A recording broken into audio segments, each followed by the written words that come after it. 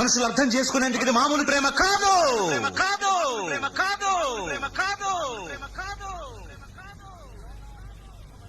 అగ్నిలాగా స్వచ్ఛమైనది.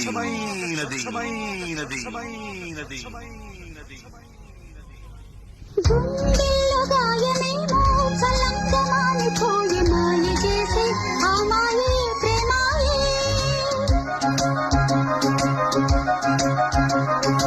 ఎంత గాయమైనా గానీ నానే నీకేమి రాదు పువ్వు సోకి నీ సోకు కందేనే.